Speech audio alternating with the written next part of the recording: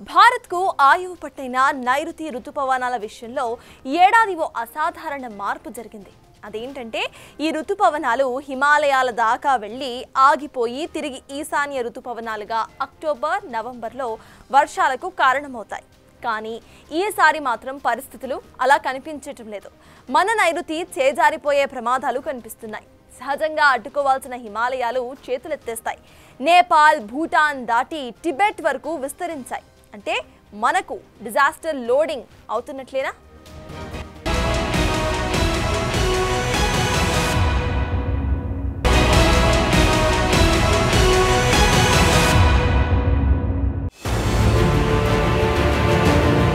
ఒక్కసారి ఈ satellite map చూడండి. ఇది నైరుతి ఋతుపవనాలు విస్తరించిన ఏరియా. నేపాల్, భూటాన్ క్రాస్ చేశాయి, హిమాలయాలు దాటేశాయి. ఇదిగో టిబెట్ ఏరియా వరకు వెళ్లాయి. ఇది ప్రమాదానికి సంకేతమా? అతిపెద్ద డిజాస్టర్కు దారితీయబోతోందా అంటే వాతావరణ శాఖ నిపుణుల నుంచి అవును అన్న సమాధానాలే వస్తున్నాయి.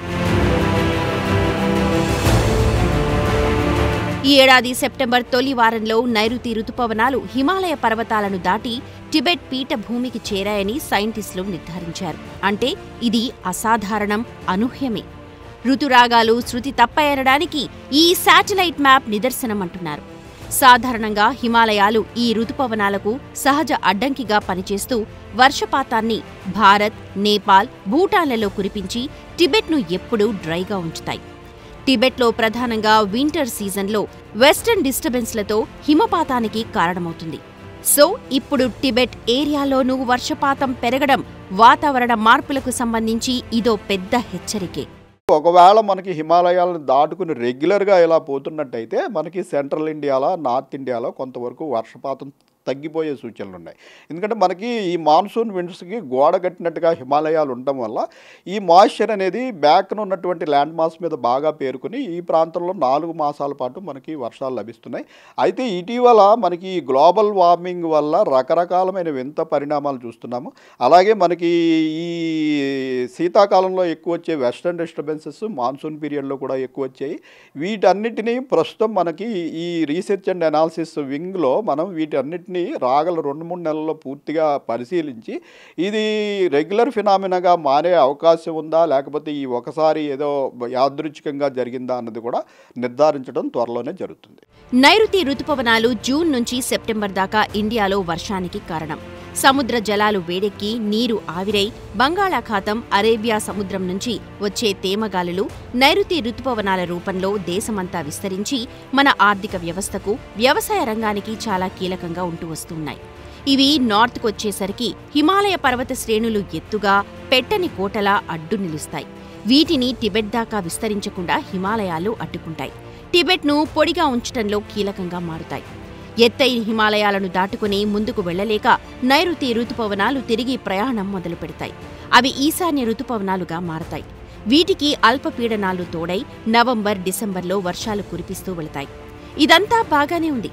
అయితే నైరుతి టిబెట్ దాకా వెళ్లడంతోనే ఇప్పటిదాకా ఒక లెక్క, ఇకపై మరో లెక్క అన్నట్టుగా సీన్ తయారైంది. Wadia institute of Himalayan geology glaciologist Manish Mehta సహా ఇతర సైంటిస్టులు ఈ ఋతుపవనాలు హిమాచల్ ప్రదేశ్, ఉత్తరాఖండ్, లడాక్ ప్రాంతాల నుంచి టిబెట్ వరకు వెళ్లడం అబ్జర్వ్ చేశారు. ఇది మొదటిసారి జరిగినట్టు WIHG సైంటిస్టులు చెబుతున్న మాట. ఇది అసాధారణం, అరుదైనది అంటున్నారు. చరిత్రలో ఇలాంటి ఘటనలు గతంలో అత్యంత అరుదుగా జరిగినప్పటికీ 2025లో ఇది మాస్ స్కేల్లో జరిగి టిబెట్లో వర్షాలకు కారణమైందని ఐడెంటిఫై చేశారు. వీటికి తోడు వెస్టర్న్ డిస్టర్బెన్సెస్ ఎఫెక్ట్తో సంఘర్షణ కారణంగా తేమ గాలి 2000 మీటర్ల ఎత్తు దాటి టిబెట్ వైపు వెళ్లిందంటున్నారు. సో ఇలా నైరుతి ఈసారి టిబెట్ దాకా వెళ్లడానికి చాలా కారణాలు ఉన్నాయంటున్నారు. వాతావరణ మార్పులు, భూతాపం ప్రధాన కారణంగా చెప్తున్నారు. గ్రీన్ హౌస్ వాయువులతో భూమి, సముద్రాలు వేడెక్కడం వల్ల హిమాలయాల్లో మంచు కరగడం, మిగతా ఏరియాల్లో స్నో ల్యాండ్ కవర్ తగ్గడం ఇవన్నీ సమస్యలను పెంచుతున్నాయి. పర్వతాల్లో తక్కువ ఎత్తులో ఉన్న చోటి నుంచి ఋతుపవనాలు వెళ్లి ఉండొచ్చంటున్నారు. వేగంగా వీచే గాలులు ఈ ఋతుపవన తేమను హై ఆల్టిట్యూడ్కు తీసుకువెళ్లి హిమాలయాలను దాటించేశాయంటున్నారు. వీటికి తోడు లానినో ఎఫెక్ట్, పొల్యూషన్ రుతుపవనాలను తీవ్రం చేశాయి. Wadia institute of Himalayan geology study ప్రకారం గత 10 సంవత్సరాల అధ్యయనంలో తొలిసారి 100 మిల్లీమీటర్ల కంటే ఎక్కువ వర్షపాతం నమోదైందంటున్నారు. అలాగే ఈ ఏడాది ఉత్తరాఖండ్, హిమాచల్ ప్రదేశ్, జమ్మూ కాశ్మీర్లో 108 నుంచి 114% అధిక వర్షపాతం నమోదైంది. అయితే ఈసారి మనకి మాన్సూన్ పీరియడ్లో ఈ వెస్టర్న్ డిస్టర్బెన్సెస్ కూడా చాలా ఎక్కువ వచ్చి ఈ మాన్సూన్ విండ్స్ బహుశా వెస్టర్న్ డిస్టర్బెన్స్ తోటి ఇంటరాక్ట్ అయ్యి వీటి వల్ల ఏమవుతుందంటే కొంచెం మనకి అదే ప్రాంతంలో ఒక సబ్ ట్రాపికల్ జెట్ స్ట్రీమ్ అనేది కూడా చాలా ఎత్తులో కొనసాగుతూ ఉంటుంది. ఈ జెట్ స్ట్రీమ్లోకి ప్రవేశించిన తర్వాత బహుశా కొంత భాగం ఈ మాన్సూన్ విండ్స్ కూడా హిమాలయ పర్వతాలకు అవతల ఉన్నటువంటి టిబెట్లో కూడా ప్రవేశించాయని ప్రస్తుతం మనకి అనుమానం కలుగుతోంది. సో ఇప్పుడు సమస్య ఏంటంటే భారత్లో 80% వర్షం నైరుతి రుతుపవనాలే కవర్ చేస్తాయి. ఇవే మన ఆశ శ్వాస అన్నమాట. ఇవి కాస్త వర్షాన్ని టిబెట్ ఆ తర్వాత దాకా తీసుకువెళితే మాత్రం మన దగ్గర రెయిన్ ఫాల్ పై ఎఫెక్ట్ ఖచ్చితంగా ఉంటుంది. పైగా పొడిగా ఉండే టిబెట్ ఏరియాలో అధిక వర్షపాతంతో అక్కడ పర్యావరణం మారుతుంది. అంతేకాదు దక్షిణాసియా వెదర్ సైకిల్స్ కూడా మారి పెద్ద పెద్ద డిజాస్టర్స్ జరిగే ప్రమాదం కూడా లేకపోలేదంటున్నారు వెదర్ సైంటిస్టులు.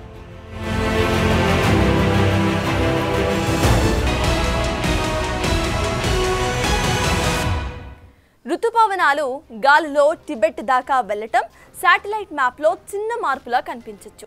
వాస్తవానికి దక్షిణాసియా వాతావరణాన్ని మొత్తం మార్చేస్తుంది అనడానికి ఇదో సంకేతం కూడా. ఒకప్పుడు అడ్డుగోడగా ఉన్న హిమాలయాలు ఇకపై దాన్ని ఆపకపోవచ్చు.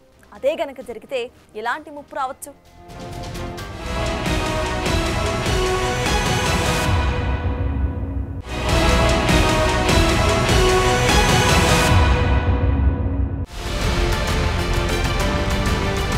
నైరుతి రుతుపవనాలకు వెస్టర్న్ డిస్టర్బెన్స్లు పెద్ద ఎఫెక్ట్ గా మారుతున్నాయి.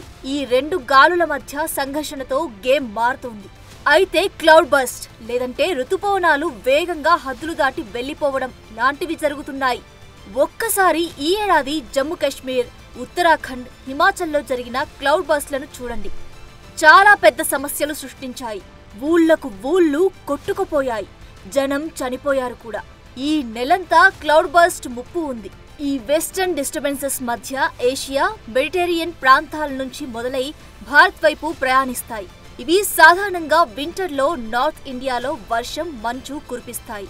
ఈ ఏడాది మాత్రమే ముందుగానే వచ్చి ఎక్కువ మొత్తంలో ఎఫెక్ట్ చూపడంతో చాలా వరకు వెదర్ కండిషన్స్ మారిపోయాయి. అయితే ఈసారి కొద్దిగా మనకి హిమాలయాలను కూడా దాటి టిబెట్లోకి కూడా ఈ మాన్సూన్ విండ్స్ ప్రవేశించినట్టుగా కొంత మనకి సమాచారం ఉంది. అయితే ఇది పూర్తిగా మన డిపార్ట్మెంట్ ద్వారా పూర్తిగా ధృవీకరించబడలేదు. వీటికి కారణం ఏంటంటే మనకి ఈ నార్దర్న్ ఇండియాలో హిమాలయ పర్వత ప్రాంతంలో మనకి వెస్టర్న్ డిస్టర్బెన్స్ అని ఎక్స్ట్రా ట్రాపికల్ సైక్లోన్స్ అనమాట. అంటే ట్రాపికల్ సైక్లోన్స్ అంటే మనకి ఈ ట్రాపికల్ ఏరియా ఏంటి 23.5 degrees నార్త్ లాటిట్యూడ్ నుంచి 23.5 degrees సౌత్ లాటిట్యూడ్ వరకు మనకి ట్రాపికల్ ఏరియా. ఈ ట్రాపికల్ ఏరియాలో వచ్చే సైక్లోన్స్ కాకుండా ఎక్స్ట్రా ట్రాపికల్ ఏరియాలో కూడా సైక్లోన్స్ వస్తాయి.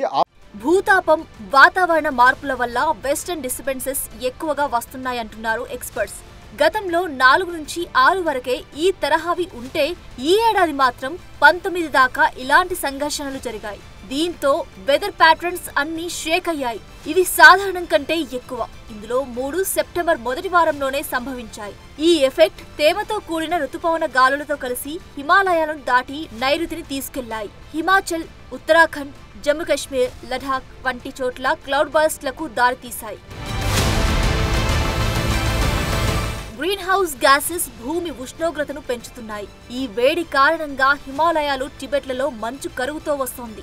దీంతో రుతుపవనాలు ఈ ఏరియాల్లో అడ్వాన్స్ అవుతున్నాయి. తేమ ఈజీగా పర్వతాల పైనుంచి వెళ్లేలా చేస్తున్నాయి. అయితే ఈ నైరుతి టిబెట్ దాకా వెళ్లడానికి హిమాలయాల్లోని కొన్ని తక్కువ ఎత్తులో ఉన్న రూట్లు ఉండి ఉండొచ్చని, అందుకే అవి అక్కడి దాకా వెళ్లి ఉంటాయని కొందరు సైంటిస్టులు నమ్ముతున్నారు. వీటిపై మరింత స్టడీ అవసరం అని చెబుతున్నారు. గత కొన్ని శతాబ్దాలుగా నైరుతి రుతుపవనాలను అడ్డుకున్న హిమాలయాలు ఇప్పుడు చేతులెత్తేస్తున్నాయి. ఇది దక్షిణాసియా వాతావరణంపై తీవ్ర ప్రభావాన్ని చూపుతుందంటున్నారు. నిజానికి టిబెట్ తక్కువ వర్షపాతం కలిగిన ప్రాంతం. ఋతుపవనాలతో భారీ వర్షాలు అక్కడికి క్రమం తప్పకుండా చేరుకోవడం మొదలైతే గనక అక్కడి పర్యావరణ వ్యవస్థ అంటే మొక్కలు, జంతువులు, నీటి వనరుల తీరు మారవచ్చంటున్నారు. మన దేశానికి నైరుతే ప్రధాన దిక్కు. భారత్లో 80% వర్షపాతం ఋతుపవనాల ద్వారానే కురుస్తోంది. ఇది వ్యవసాయానికి, మన ఆర్థిక వ్యవస్థకు చాలా కీలకం. ఈ వర్షపాతం హిమాలయాలను దాటి టిబెట్కు వెళ్తే మన దగ్గర వర్షపాతం తగ్గవచ్చు. ఇది వ్యవసాయం, నీటి లభ్యతను ప్రభావితం చేస్తుంది. ఇదొక్కటే కాదు, నైరుతి ఋతుపవనాలు మున్ముందు ఇలాగే టిబెట్ చేరుతూ అక్కడ తరచూ వర్షాలు కురిపించడం మొదలు పెడితే గ్లేషియర్స్ లోని మంచు కరగడం, నదీ ప్రవాహాల తీరులోనూ మార్పులు జరగడం ఇవన్నీ కామన్ అయ్యే ప్రమాదం ఉంది. సమస్యలు పెరుగుతాయి. తాగునీటి కటకట పెరిగినా ఆశ్చర్యపోనవసరం లేదన్న వాదన కూడా ఉంది. నిజానికి నైరుతి ఋతుపవనాలనే నమ్ముకొని మనుగడ సాగిస్తున్న దేశం మనది. ఏదో ఒక సీజన్ లో ఋతుపవనాలు ముఖం చాటేసినా తర్వాత సంవత్సరంలోనైనా మంచి వానలు పడకపోతాయా అని ఆశగా ఎదురు చూస్తారు మన రైతులు. మరి అలాంటి నైరుతి ఒక్కసారి హిమాలయాలు దాటి టిబెట్ దాకా వెళ్లాయంటే ఇక వెనక్కు తిరిగి రావు. ఎందుకంటే హిమాలయాల కంటే పెద్ద అడ్డుగోడలు లేవు. అదే గనక జరిగితే ఈశాన్య ఋతుపవనాలు అనేవే ఉండవు. మనం వాటిని మర్చిపోవాల్సిందే. ఒకవేళ కొంత భాగం తిరిగొచ్చినా తేమ లేని బలహీన పవనాలతో కురిసే వర్షాలు కలిగే ప్రయోజనం అంతంతే. సో నైరుతి ఋతుపవనాలు అటే వెళ్లిపోతే ఒక్క భారత్ పైనే ప్రభావం కాదు, హిమాలయాల్లో ఫ్లాష్ ఫ్లడ్స్, కొండ చర్యలు విరిగిపడ్డం, పర్యావరణానికి ముప్పు ఇలాంటివెన్నో రిస్కులు ఉంటాయి. టిబెట్లో క్రమం తప్పకుండా వర్షాలు కురిస్తే అక్కడి పొడి వాతావరణం మారవచ్చు. ఇది హిమానీ నదాలు కరగడం, నదుల ప్రవాహాన్ని ప్రభావితం చేస్తుంది. సో ఈ ముప్పులతో జాగ్రత్త పడాలంటే వెదర్ సైంటిస్టులు ఈ మార్పులను అర్థం చేసుకునేలా, భవిష్యత్తును అంచనా వేసేలా కొత్త వెదర్ మోడల్స్ ను సృష్టించాలి.